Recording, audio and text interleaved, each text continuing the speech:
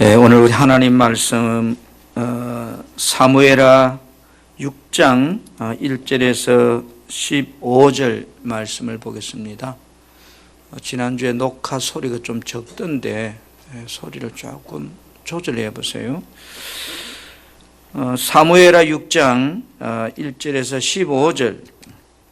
15절 구약성경 471페이지에 있습니다. 저와 여러분이 한 절씩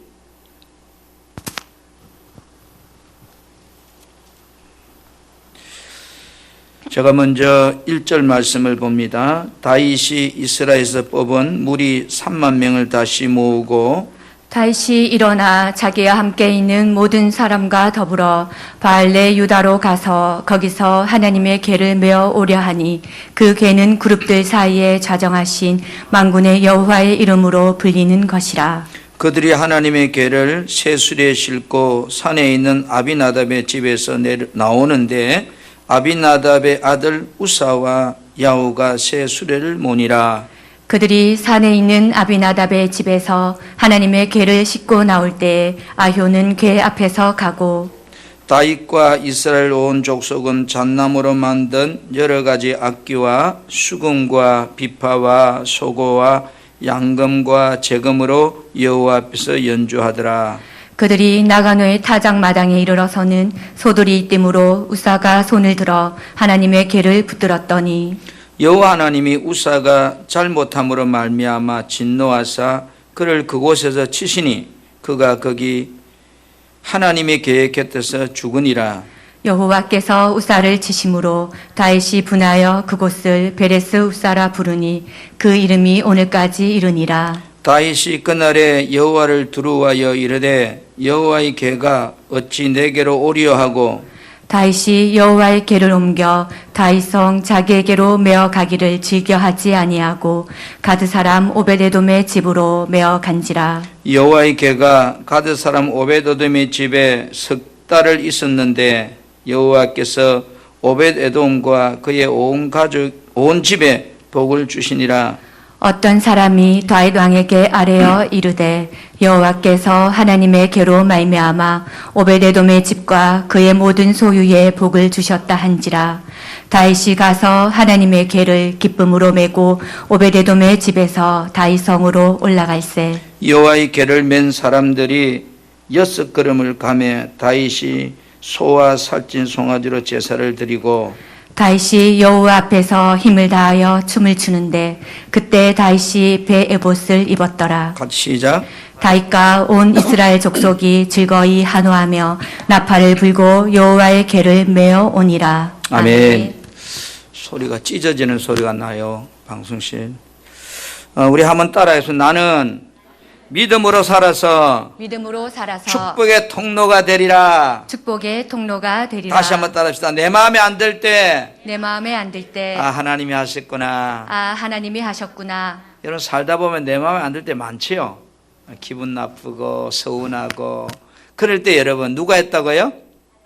하나님이 하셨구나. 예. 날씨가 여러분 또 갑자기 많이 추워졌습니다. 그러나 여러분 추위만 있는 것이 아니고 눈이 안 보이지만 따뜻한 봄도 여러분 그죠? 한 걸음 한 걸음 가까이 오고 있습니다. 바꿔 말하면 문제만 보지 마시고 문제 뒤에 역사하시는 하나님을 보는 눈이 열린다면 여러분 인생의 터널도 끝이 나갑니다. 할렐루야. 지난 한 주간 정말로 우리는 생각지도 못한 어려움을 당한 분도 있을 거예요. 나는 왜 이것밖에 안 될까? 그래 낙심도 되지만 그러나 새 힘을 주시는 그분이 내 안에 계세요. 주님이 누구누구야 내가 너와 함께한다 라고 하시는 주의 음성을 들을 수 있기를 축복합니다.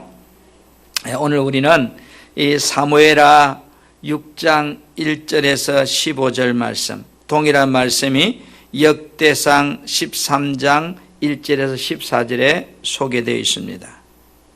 자, 오늘 이 본문의 말씀을 가지고 한번 따라합시다. 하나님의 복을 받는 사람이 됩시다.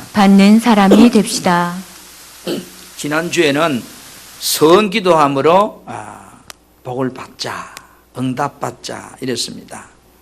여러분, 어떻든 우리는요 복을 받아야 돼요. 아멘. 아멘. 오늘 우리는 이 본문의 말씀을 가지고 하나님의 복을 받는 사람이 되려고 합니다. 이 본문의 말씀을 가지고 내 집에 들어오는 벗개, 그리고 벗개로 인하여 복을 받은 오벳 에돔의 모습을 통해서 나도 이 사람 같은 복을 받아야 되겠다. 여러분, 2021년은 우리가 믿음으로 시작했습니다. 그죠? 그런데 벌써 20일이 지나가요. 이제 17일이니까. 여러분, 나의 아버지 되시는 하나님께서 신명기 11장에 뭐라고 말씀하시는가요? 연초부터 연말까지, 그죠? 내 하나님 여호와의 눈이 항상 너를 지켜보고 있다. 그래서 너를 지켜보고 있다. 아멘. 그럼 2021년도에는 누가 뭐라고 말을 해도 하나님 말씀을 믿음으로 우리가 기도하고 찬송함으로 더 하나님의 복을 끌어당기는 그런 복 있는 사람이 되려고 하셔야 돼요. 새해는요, 요한계시록 21장 5절에 보라 내가 만물을 새롭게 하노라 이래요. 보라 내가 만물을 새롭게 한다. 이 말은 하나님께서 저와 여러분의 마음을 능히 새롭게 하실 수 있다 그런 말이에요. 자, 하나님께서 나를 새롭게 하신다는 그 말씀을 믿고 여러분 우리 한번 믿음으로 살아봅시다. 아멘.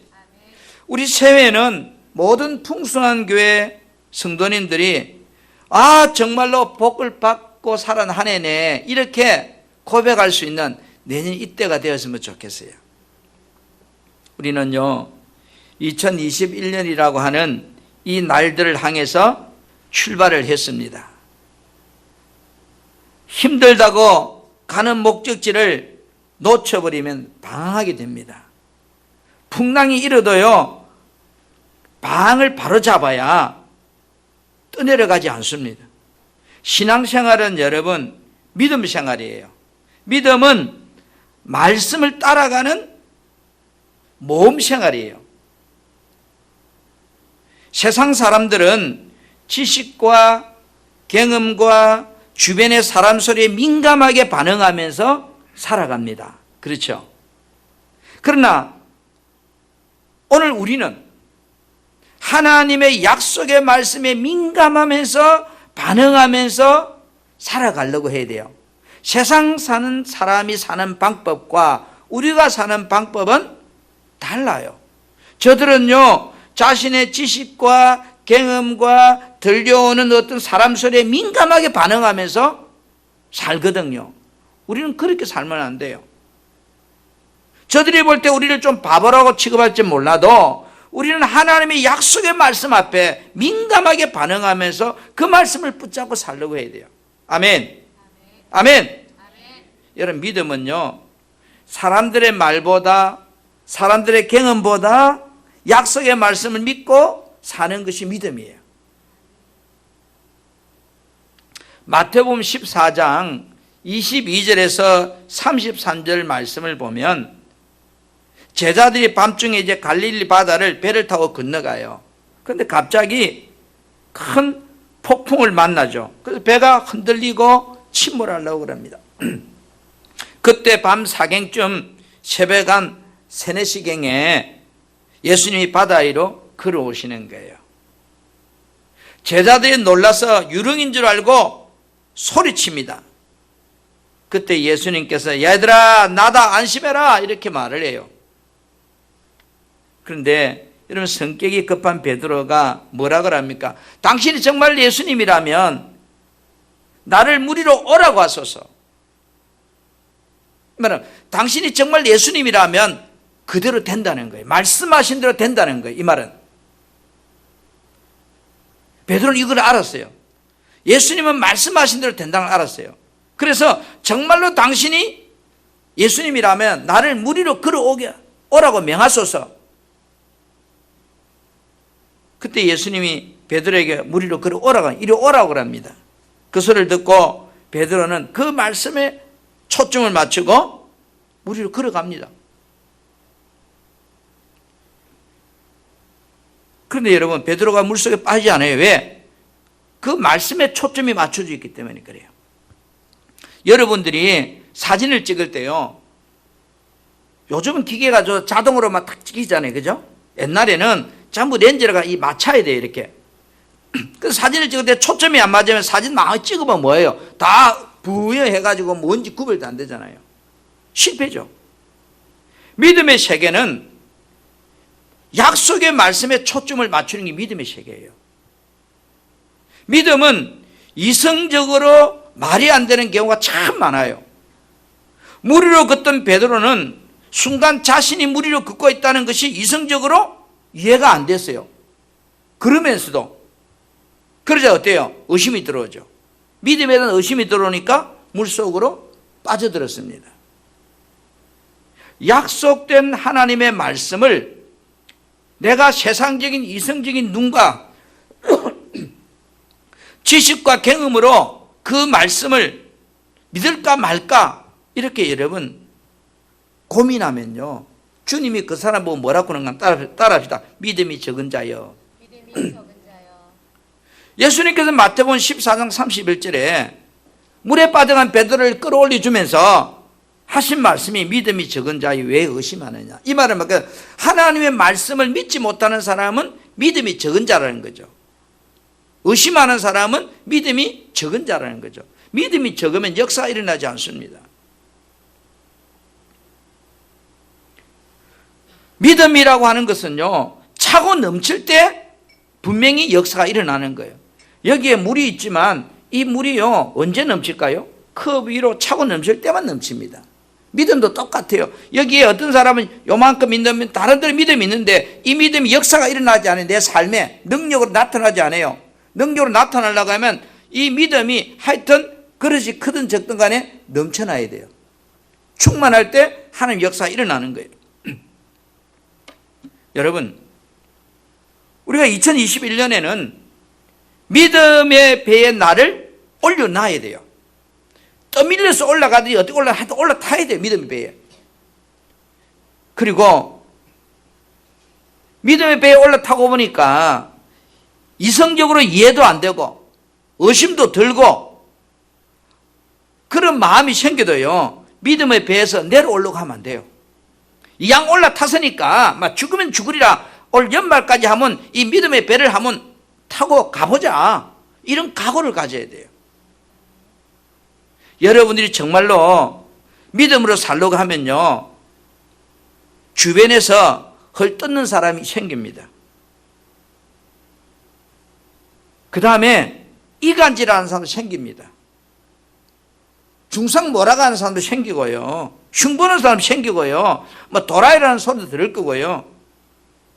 그렇다고 내가 아유 기분 나쁘다고 이 믿음의 배에서 불쭉 뛰어 내려버리면 누구만 손해요? 나만 손해요. 왜요? 마귀는 믿음 가진 사람을 제일 싫어해요. 하나님은 믿음 안에서만 역사하시지만 마귀는 믿음 바깥에서 역사하니까요. 오늘 나 처녀 총각이 서로 좋아서 결혼을 했어요. 결혼을 한 후에도 야, 저 남자가 내 남편 맞나? 저 여자가 내 아내가 맞는가 하고 날마다 의심하고 쳐다보고 있으면 여러분, 그 남녀는 정상적인 사람인가요? 비정상적인 사람인가요? 결혼한 순간부터 분명히 내 아내고 내 남편이 된 거 확실한데 저 여자 내 남편 맞아? 내 아내 맞아? 하고 있으면 세상 사람들이 정신 나간 사람이라고 볼 거예요. 여러분, 신앙생활도 마찬가지예요. 예수님을 믿는단 말은 예수님께서 약속하신 그 말씀을 내가 믿는다는 그런 말이잖아요. 그런데 예수님 믿는다고 말하면서 하나님의 약속의 말씀을 야, 정말로 믿어야 되나? 안 믿어야 되나? 믿어야 되나? 안 믿어야 되나? 이렇게 날마다 갈등하고 있다면 그 사람 신앙생활도 뭐요? 비정상적인 신앙이네요. 여호와 자기 하나님에게 자기 소망을 두는 자는 뭐요? 복이 있다고 말씀하셨어요. 우리 우리 소망을 어디에 둘 것인가? 새해는 믿음 안에서 우리가 소망을 가질 때 복이 있는 거예요. 그래서 우리가 2021년에는 정말로 하나님의 축복을 받는 사람이 되어야 되겠다는 당찬 믿음의 각오를 여러분 끊임없이 여러분 속에다가 다짐하고 또 다짐하고 다짐해야 돼요. 할렐루야. 한번 따라합시다. 내 집으로 들어온 벗개. 내 집으로 들어온 벗개. 사무엘의 6장 9절에서 10절 말씀을 다시 보겠습니다. 같이 시작. 다시 그날에 여호와를 두려워하여 이르되 여호와의 개가 어찌 내게로 오리요 하고 다윗이 여호와의 개를 옮겨 다윗성 자기에게로 메어 가기를 즐겨하지 아니하고 가드 사람 오베데돔의 집으로 메어 간지라. 아멘. 여러분, 다윗 왕은 하나님의 은혜로 나라가 평안해지고 백성들의 삶도 평안해지자 기럇 여아림 지방에 아비나답이라고 하는 집에 안에 머물고 있던 하나님의 법궤를 다윗성으로 옮겨오려고 생각을 합니다. 그리고 이제 다윗이 이 하나님의 법궤를 옮겨오려고 하는 목적이 뭘까요? 여러분 한번 생각해 보세요. 다윗 왕이 왜 하나님의 법궤를 다윗성으로 옮겨오려고 했을까? 우리는 항상 두 가지를 생각합니다. 우리가 예수 믿는 이유가 뭘까? 하나는 하나님 뜻으로 살기 위해서도 있지만 또 하나는 그 예수 믿음을 통해서 내가 행복하기도 원하는 마음도 있는 거예요. 그렇잖아요. 다윗이 하나님의 법궤를 옮겨오려고 한 목적은 역대상 13장 3절에 이렇게 말씀하고 있어요. 사울 왕이 다스리는 동안에는 법궤 앞에서 하나님의 뜻을 여쭤볼 수가 없었다. 그러니까 사울이 막아버렸다는 거죠. 하나님의 뜻을 물을 수가 없었어요. 그러나 이제 사울이 죽고 다윗이 왕이 됐을 때 이제 어떤 일을 하려고 할 때 전쟁을 나가든지 나라의 행사를 계획하든 이럴 때 먼저 하나님의 뜻을 여쭈어보고 행동하기 위해서였습니다. 이 말은 하나님 뜻도 행하면서 나도 행복하기를 위해서 다윗이 법궤를 다윗성으로 가져오기로 했단 말이에요. 오늘 말씀해 보면 다윗 왕은 법궤를 옮기려고 좋은 새수레를 만들고 하나님께를 새수레에 딱 싣고 이제 아비나답 집에서 나올 때에 다윗 왕과 이스라엘 온 백성은 하나님의 힘을 다해서 뛰고 춤추고 수금추고 빗받치고 소금치고 재금치고 나팔 연주하고 막 온통 적으면 이제 축제 분위기 속에 이 법궤를 수레에 싣고 지금 이제 다윗성을 향해 옮겨갑니다. 근데 법궤를 실은 수레를 아비나답의 손자인, 아비나답은 네 지파입니다. 아비나답의 손자인 아이오는 법궤를 실은 수레 앞에서 끌고 가고 아마 우사는 옆인지 뒤인지 모르지만 아마 뒤에서 이렇게 따라가면서 이제 수레를 이동해 가는 것 같아요. 그런데 기돈의 타작마다 앞서 이 말은 타작은 기돈 지방에 왔을 때에 이 수레를 끌고 가는 소가 갑자기 펄떡 뛰는 바람에 수레 위에 실어놨던 법궤가 끄뚱끄뚱하다가 툭 아마 떨어지려고 했던 것 같아요. 그러니까 우사가 옆에 있었는지 뒤에 있었는지 모르지만 이 장면을 보고 있다가 놀라면서 엉금끼는지 아니면 얻어 죽었는지 모르지만 그 법궤가 떨어지려고 하니까 가서 떨어지지 않도록 이렇게 손을 가지고 법궤를 잡은 거예요. 여러분 잘했죠? 잘못했어요? 떨어지려고 하는데 잡아야지. 그런데 하나님께서는 우사를 잘했다고 했어요? 잘못했다고 생각했을까요? 하나님께서는 잘못했다고 생각하고 괘씸하게 여기고 그 자리에서 우리말로 즉사 하나님이 우사를 쳐서 죽게 만들어 버립니다. 여러분 생각 분위기가 어떻게 돼요? 갑자기 막 춤추고 노래하고 띵가리 불고 막 가다가 갑자기 사람이 거기서 적사해 버렸어요. 분위기가 어떨까요, 여러분? 우리말로 아마 개판됐을 거예요.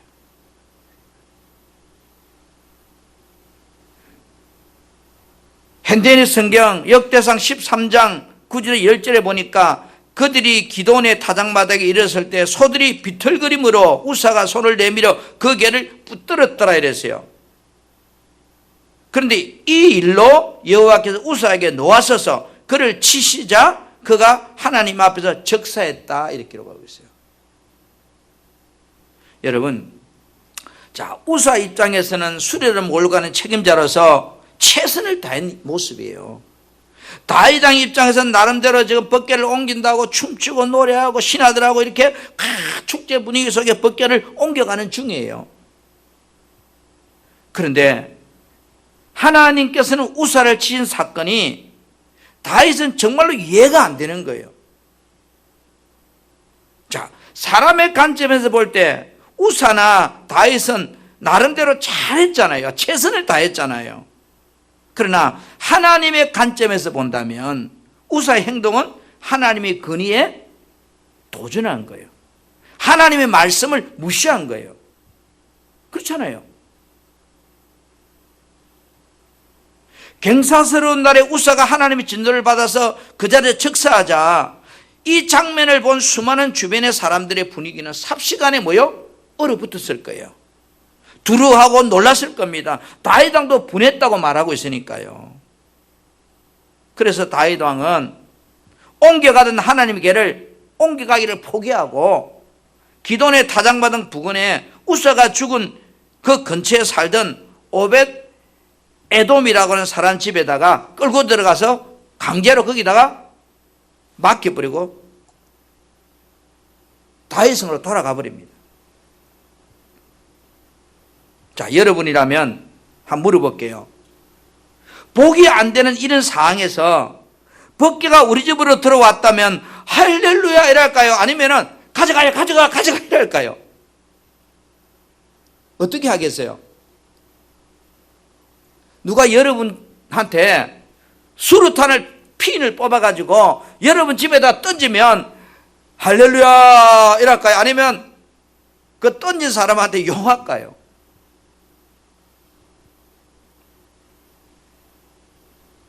여러분이라면 이 복이 안 되는 이런 상황에서 법궤를 우리 집으로 들어온다면 과연 수용할 수 있을까? 기뻐할 수 있을까? 오늘 여러분 뉴스를 봐보세요.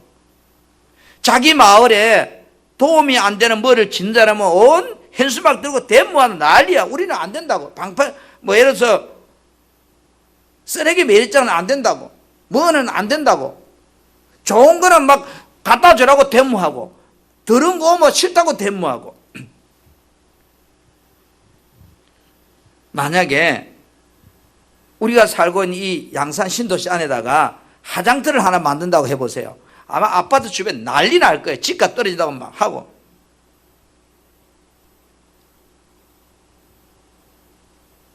법궤를 내 의지와 상관도 없이 반강제적으로 떠맡게 된 오베드돔의 심정은 어떠할까 이 말이야. 내가 주락했어요? 내가 원하지도 않았어요. 꿈에도 그런 거 생각 안 했어요. 여러분이라면 기분이 어떨까요? 할렐루야 이렇게 할까요? 아니면 왕이니까 내가 힘이 없으니까 싸울 수는 없지만 벌레 씹은 얼굴을 하고 보자 이랬을까요? 속으로? 아마 대부분 그렇게 할 거예요. 그죠? 억지로 맡던 법궤를 정말로 지극정성으로 기쁜 마음으로 섬길 수 있을까요? 오벳에돔은 잘못되면 지금 자신의 집안을 쑥대밭이 될 수 있는 엄청난 사건이란 말이죠. 이 사건은 지금 이제 이 법궤를 억지로 맡게 된 오벳에돔은 여러분 어떤 사람인지 우리가 한번 정리를 해보고 가려고 그래요. 사무엘하 6장 10절에 보니까 그는 가드 사람이었다 이랬어요. 다시 말해서 원래가 에돔 사람이었다 이 말이에요. 이방인이었다. 이방. 이방인이 들어와서 이스라엘에 살게 됐단 말이야. 좀 우리말로 바꾸면 외국인이 우리나라 와서 들어와 살고 있다 이 말이죠. 주류가 아니죠. 비주류죠. 역대상 15장 21절에는 6명과 함께 낮은 음으로 수금을 타는 사람 중에 한 사람이라고 이렇게 되어 있어요. 다시 말해서 음악을 하는데 낮은 있으나 만한 사람, 들놀이 하는 멤버다. 그 사람 없어도 돼요. 주 멤버가 아니다. 그 다음에 역대상 15장 24절에는 보면 오벳에돔은 개를 지키는 문지기였다래. 문지기. 우리 말하면 아파트 경비원. 한마디로 말해서 이 오벳에돔은 존재 가치가 없는 그런 사람이에요. 어쩌면 오늘 우리들보다 더 존재 가치가 없는 그런 사람인지도 몰라요. 요즘 TV 보면 아파트 경비원한테 갑질한다는 말 많잖아요. 응?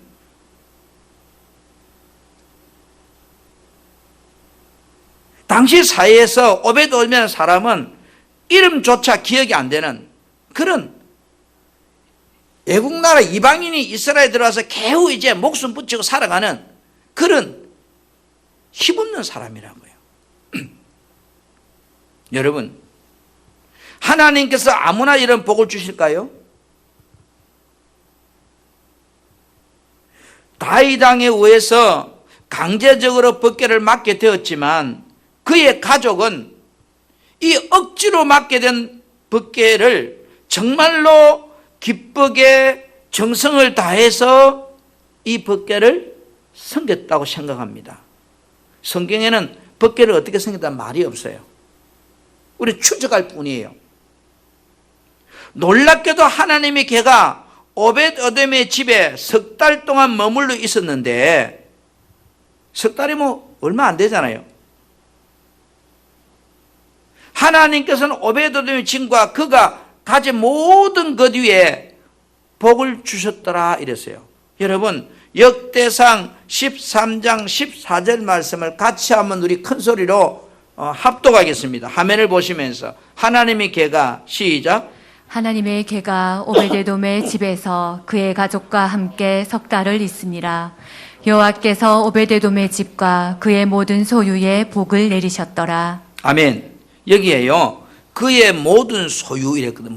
그의 모든 소유. 이 말은 모든 소유의 복이란 말은 물질과 그 다음에 재산. 이 말은 물질과 재산. 그러니까 재산이란 말은 토지 이런 게 재산이고 물질이란 말은 가축들 이런 움직이는 것들.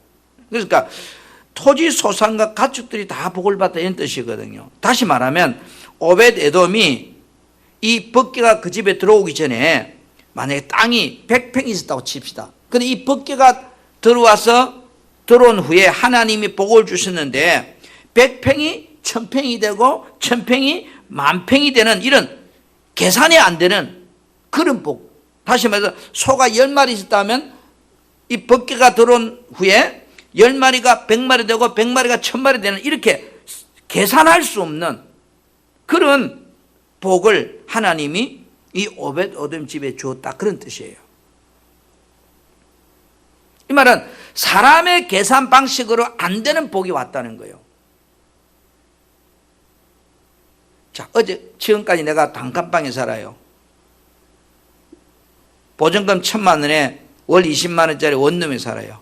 그런데 내가 20억짜리 로또 복권에 걸렸다 가정해봐요. 여러분 이해가 되겠어요? 그 로또 복권이 걸려가지고 1,000만 원에 20만 원짜리 원룸에 살던 내가 40평짜리 고급 아파트에 살게 됐다. 하루아침에. 이거 설명이 안 되는 거예요. 설명. 이와 같은 복을 적으면 이제 오벳에돔이 받은 거예요. 다윗 왕은 지난번 하나님의 궤를 옮겨가는 과정에서 기분 나쁘다고 내버렸잖아요. 그런데 재미있는 것은 오벳에돔이 하나님의 법궤를 모시고 나서 엄청난 이런 부자가 됐다는 소식을 순식간에 온 사방으로 퍼져나갔어요. 그런데 사무엘하 6장 15절에 보면 이 오베드돔이 부자 됐다는 이야기가 다윗의 귀에까지 들어간 거예요. 그리고 다윗 왕이 생각합니다. 아, 하나님의 법궤를 모시면 저런 복을 받는구나 라는 생각을 가졌어요. 그래서 다시 이 하나님의 법궤를 다윗성으로 옮겨야 되겠다는 생각을 합니다. 그리고 지난번에 내가 이 법궤를 옮기면서 뭐를 잘못했는가 자신을 뒤돌아보기 시작합니다. 다윗이 위대한 것은요, 반복되는 죄를 짓지 않습니다. 참 대단한 사람이에요. 그런데 여러분, 하나님께서 모세를 통해서 민수기 4장 15절에 이 보면 하나님의 법궤를 절대로 수리에 실지 말라고 그랬어요. 네 자손 중 고앗 자손의 어깨에 메고 그 법궤를 옮기라고 그랬어요. 그런데 자, 민수기 4장 15절 제가 한번 볼게요. 진영을 떠날 때 아론과 그의 아들들이 성소와 성소의 모든 기구 덮는 일을 마치거든 고앗 자손들이 와서 매일 것이니라. 그러나 성물은 만지도 말라. 그들이 죽으리라. 그래서 왜 이 법궤를 만진 사람이 죽었을까요? 하나님의 말씀을 어기기 때문에 죽은 거예요.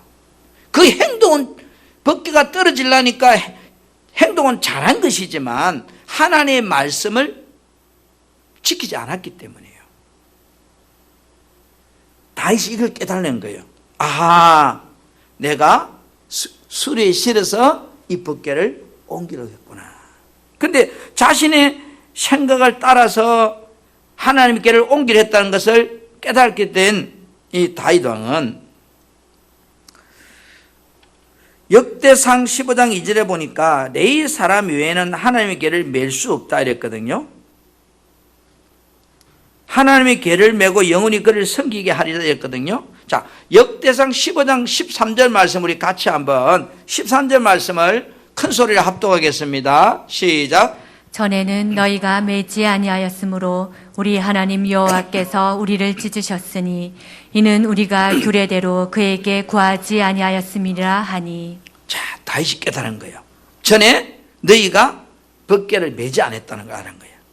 그래서 하나님 우리를 찢었다는 거예요. 하나님의 규례대로 하나님 약속의 말씀대로 내가 그래 하지 않았다는 거예요. 자, 여러분 다윗도 아마 생각했을 거예요. 여호람 집에서 지금 이제 다윗성까지 거리가 상당히 멀어요. 그러니까 메고 간다는 것이 너무 힘들어서 아마 법궤를 어깨에 매지 않고 채수레를 만들어 가지고 거기에다 싣고 가려고 했지 않았겠는가. 자, 하나님께서는 다윗을 통해서 이 법궤를 수레에 싣고 가는 모습을 보면서 하나님도요 수레에 실려가면 편안하지 않습니까? 어깨 메고 가면 생각해봐요. 하나님도 피곤해. 털끄덕 해서 속도 느리고. 법궤는 하나님이니까 임재니까 어깨에 메고 가면 무겁고 속도도 느리다는 것도 하나님 아세요. 그런데 왜? 여러분 우리가 신앙생활은요 내 생각대로 하려고 하면 안 돼요. 문제는 그거예요. 왜 신앙생활을 내 기준에 맞추는가요? 신앙생활은 내 기준이 아니고 하나님 기준이 신앙생활이에요. 그런데 우리는 자꾸 신앙생활을 내 기준에 맞추려고 그래요. 우사가 법궤를 만진 것은 자기 기준이죠. 하나님은 만지면 죽는다 했는데 자기 기준에서 맞추니까 문제가 안 풀리는 거예요. 예수를 믿으면서 왜 신앙생활을 하나님 말씀에 맞추지 않고 내 생각과 내 경험과 내 가치관에 맞추려고 하느냐는 거죠. 그건 믿음이 아니에요. 그건 오만이고 교만이에요. 여러분들이 신앙생활 점검해 보자 이 말이에요. 신앙생활에 어디다 내가 맞춰가고 있는 거? 내 경험, 내 생각, 내 방법, 내 가치관? 그거는 믿음 아니에요. 하나님 보실 때 오만이고 교만이고요. 패역이에요.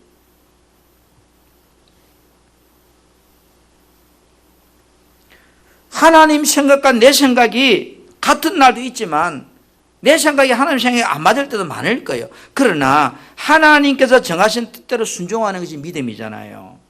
하나님의 궤는 하나님께서 선별하신 네 사람들만 맡을 수 있도록 해서고요.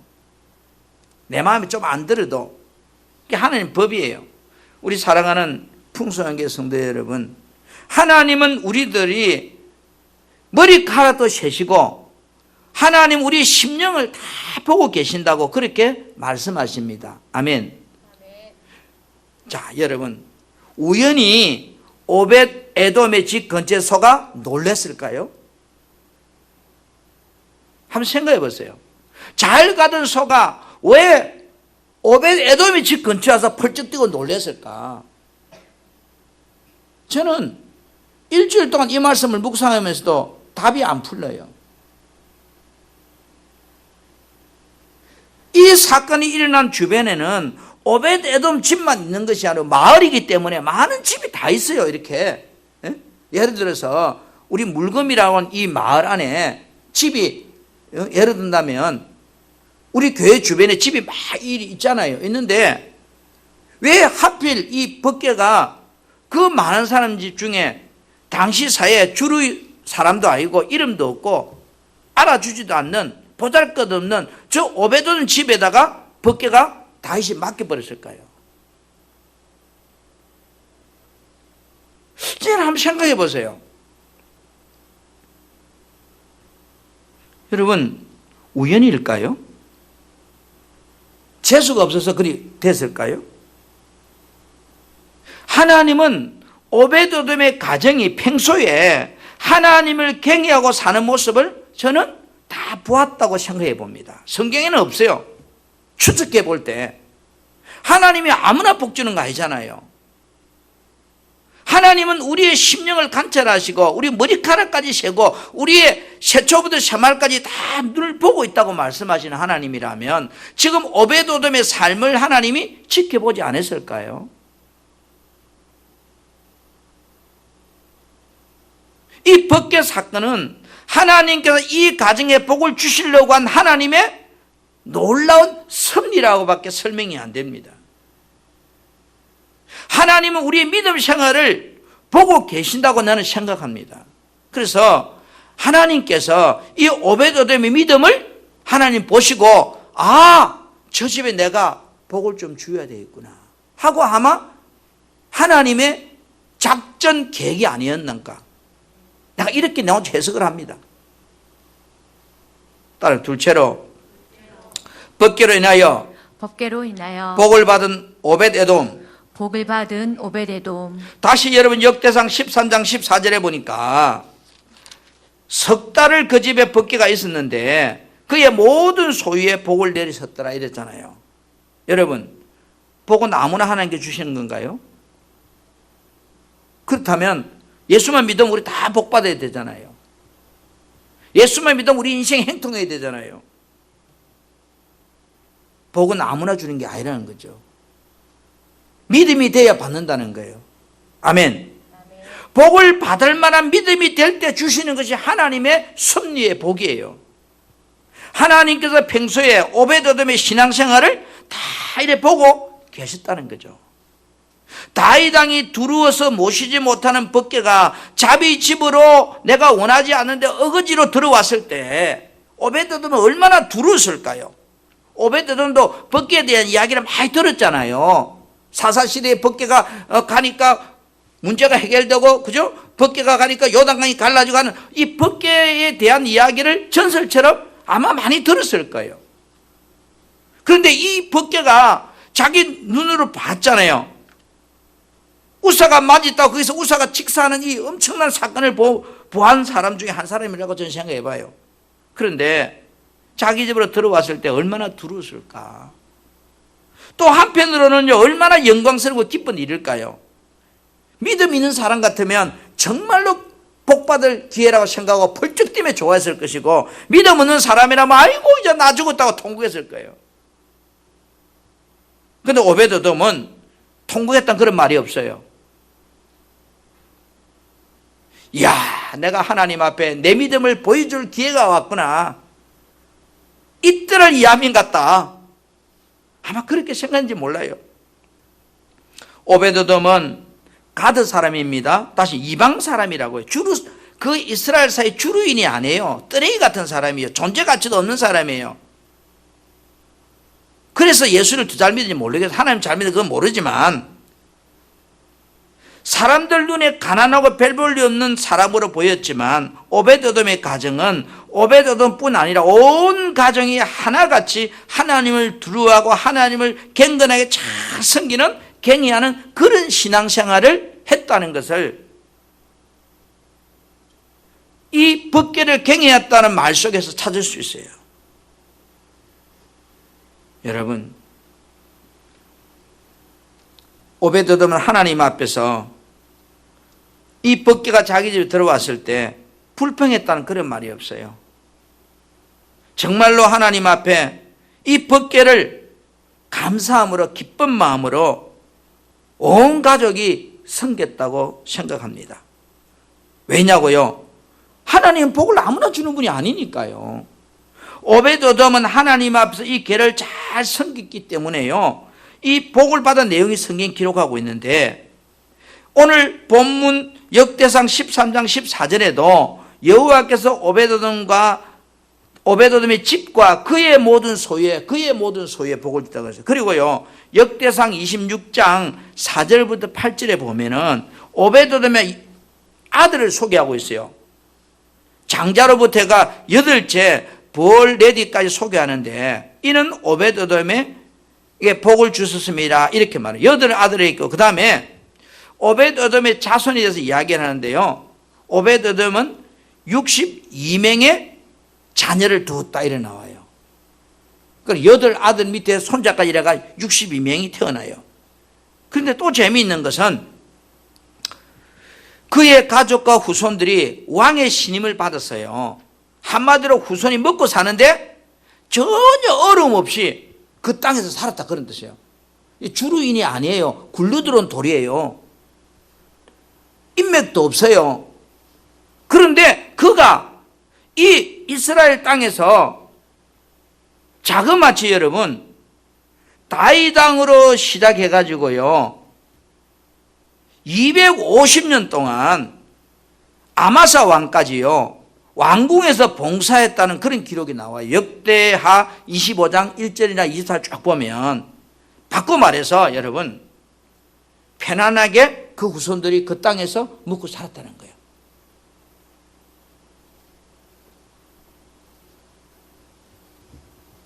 왕들이 바뀌어도 여전히 그 후손들은 나라에 쓰임받고 그렇게 사는 후손들이 됐다는 거예요. 이건 엄청난 축복이에요. 우리는 오벳에돔의 가정의 복을 받는 모습을 보면서 이 2021년 새해에는 우리는 깨달아야 돼요. 어찌 보면 오벳에돔 우리보다 더 사회적으로 능력 없는 사람이에요. 그렇잖아요.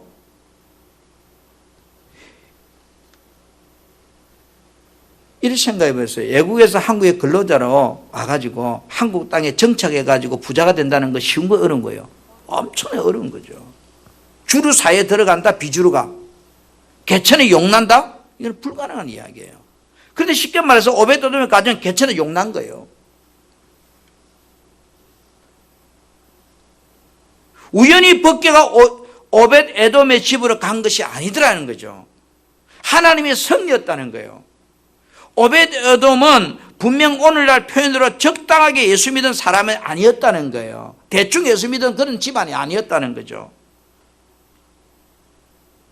하나님을 경외하며 온 가족이 정말로 열심히 하나님 약속을 믿고 힘들 때도 불평하거나 낙심하지 않고 하나님을 신뢰함으로 그 하나님을 바라보는 경외하는 그 신앙으로 똘똘 뭉쳐서 오늘 말로 예수쟁이가 되었다는 거죠.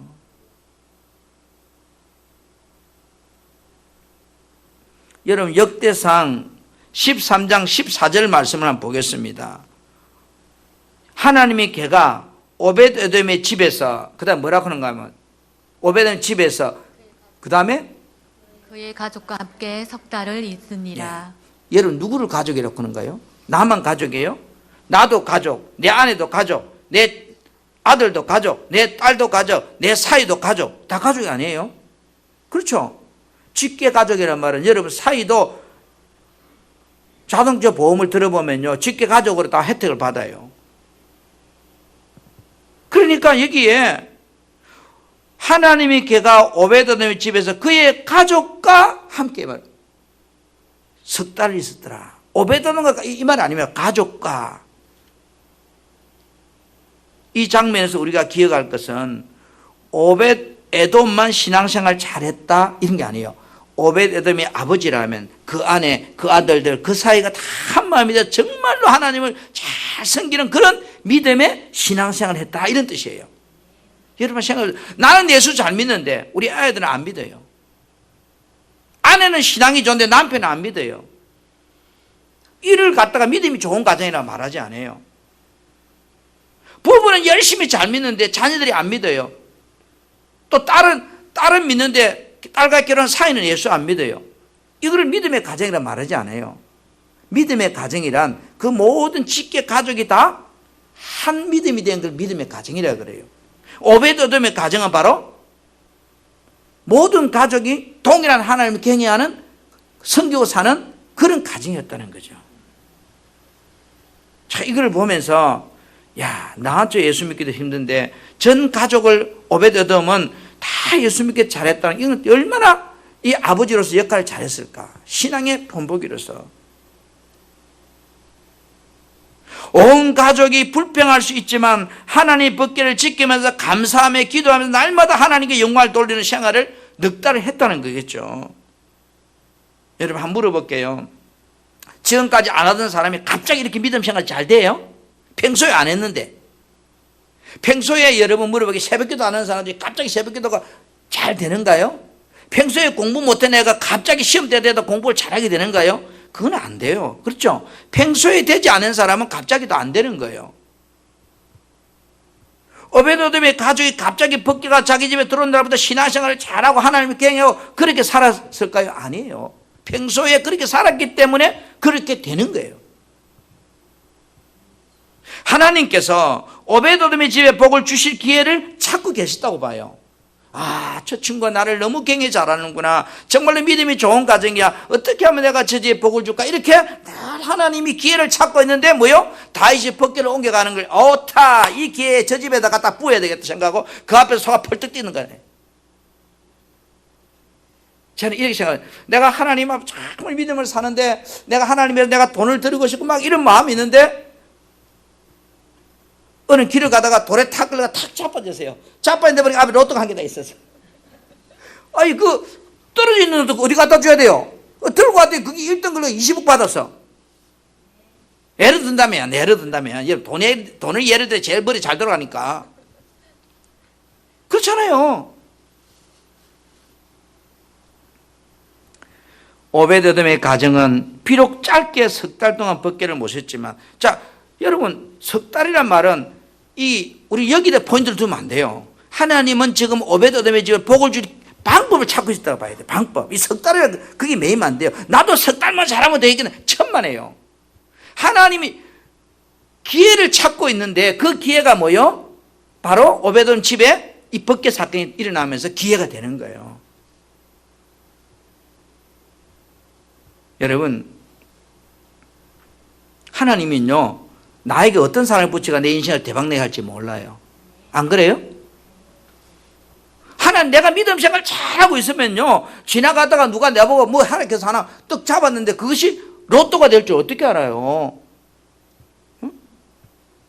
아니 하나님 내가 여기 사는데 죄송해요 가다가 어떤 야산이 한 개 있어서 야산을 뭐 한 500만 원 주고 하나 1000병짜리 샀어요. 그런데 어느 날 보니 그 앞에 길이 나버렸네, 고마.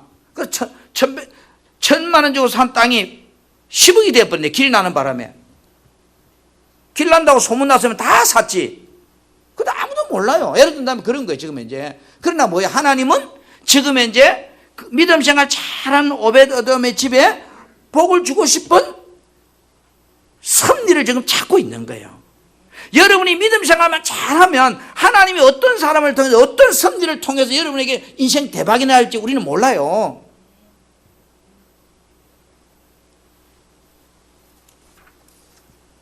열왕기상 17장 8절부터 16절에 보면 이스라엘 아합 왕 때에 3년 6개월 동안 온 땅 비가 안 오잖아요. 먹을 것이 없었잖아요. 굶어 죽어가잖아요. 그런데 하나님께서 엘리야에게, 야 엘리야야, 저 시돈 땅에 가면 사르밧이라는 동네에 과부가 살고 있다. 거기를 가거라고 그래요. 당신은요 전쟁이 잦았기 때문에 남자는 전쟁이나 다 죽고 과부가 천지백갈이에요. 경상도 말로 흔해 빠진 게 과부집이에요. 침을 토이라가 타가면 전부 과부집을 튀가. 그만큼 과부가 흔한데 하나님이 유독 사르밧에 가서 그 과부집에 가라고 그래. 여러분, 이 과부를 통해서 엘리야 선지자를 섬기라고 하나님은 말하고 있고, 그때 보세요. 나신 남자가 와서 이제 이 사르밧 과부는 가뭄을 해서 먹을 것도 없고 이제 기름 한 방울하고 밀가루 한 방울 남은 가지고 나뭇가지 주워가지고 이 구워 먹냐고 죽자 아들하고 이제 없으니까 과부가 무슨 가난한데 답이 없잖아요. 근데 나신 남자가 하나 뜨고 어디 하는 말이 물 한 컵 가오라 그러니, 물이 귀한데 물 가오라고 신기를 안 나요? 내 물도 없는데 물로 가지고 가져 터부터부 가는 또 하면 여보시오 빵도 하나 구워 있어. 확 저거 돌았는가 봐 지금 열불 나게.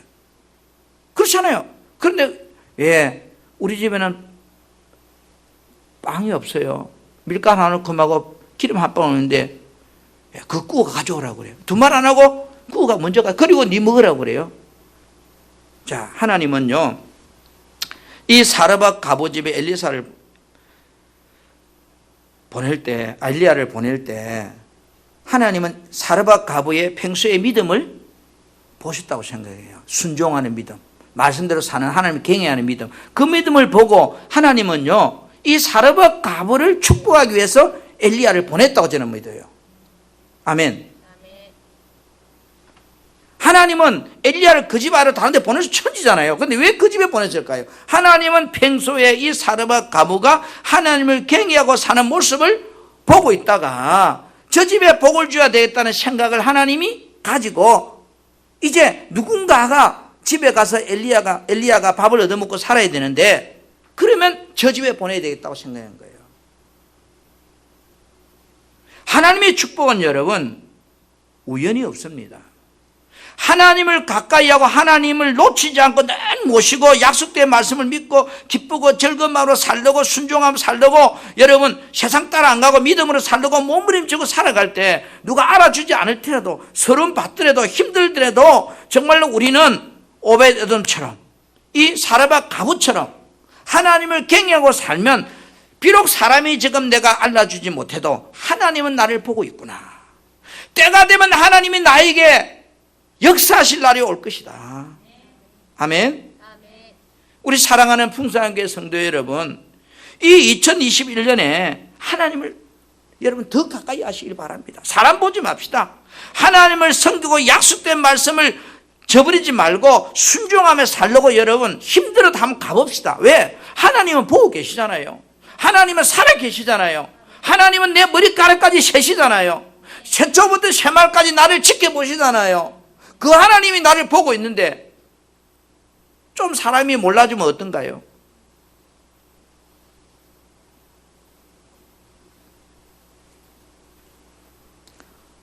우리가 복을 받을 믿음의 준비만 되어 있다면 하나님은 어떤 방법으로 나에게 어떤 사람을 붙일지 어떤 환경을 만들지 나는 몰라요. 그거 내가 신경 쓸 필요 없어요. 나는 하나님의 마음에 드는 믿음의 사람만 되면 그 다음은 하나님이 일하시잖아요. 나는 믿음도 안 되는데 하나님 복주라고 하면 하나님이 섭리가 우리 집에 올 수 없잖아요.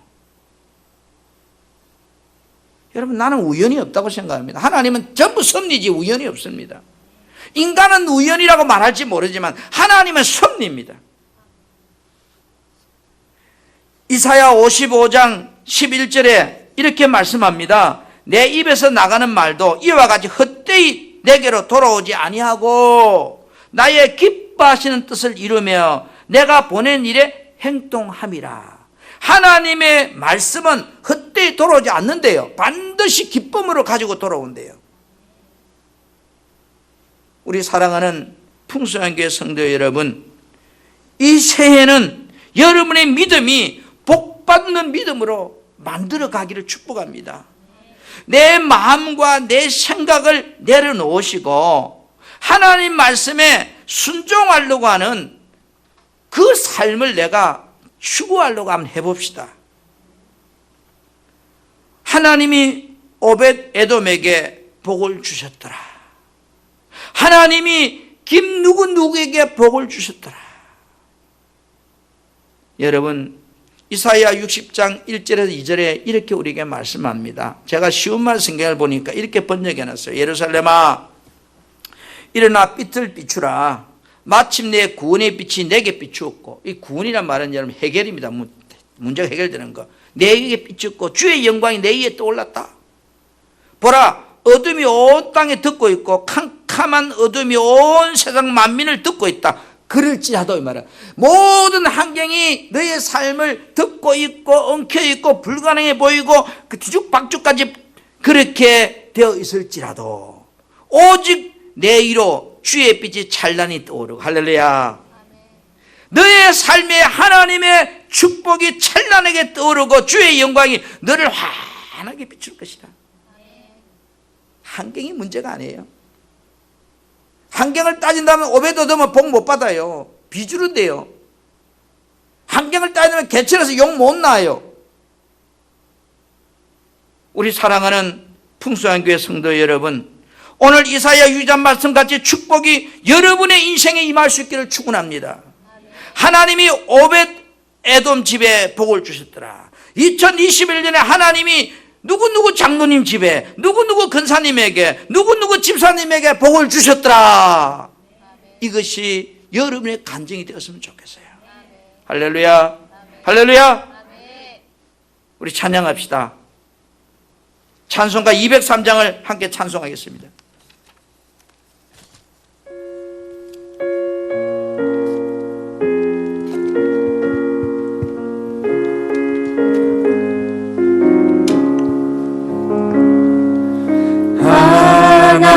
하나님의 말씀은 생명의 말씀이라. 광야 같은 세상에 길 잃고 방황할 때, 절망 중에 빠진 이 몸 하나님 보아사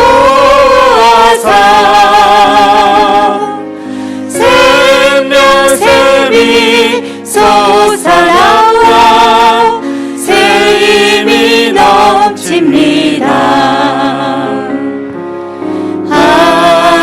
하나님의 말씀은 은혜의 말씀이라. 누구든지 믿고서 참으로 회개하며 하나님이 사해 주사 구원함 베푸시고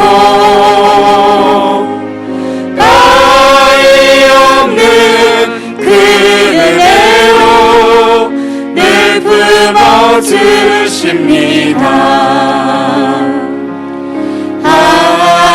하나님의 말씀은 진리의 말씀이라. 믿음으로 지키려 자유를 얻게 되면 어려운 일 힘든 일도 담대히 할 수 있어. 온전하신 말씀으로 승리케 하십니다. 하나님의 말씀은 사랑의 말씀이라. 험한 세상 살 동안 언제나 돌보시 지키시고 변함없는 사랑으로 우리를 지키시어 하늘나라 이르도록 인도해 주시니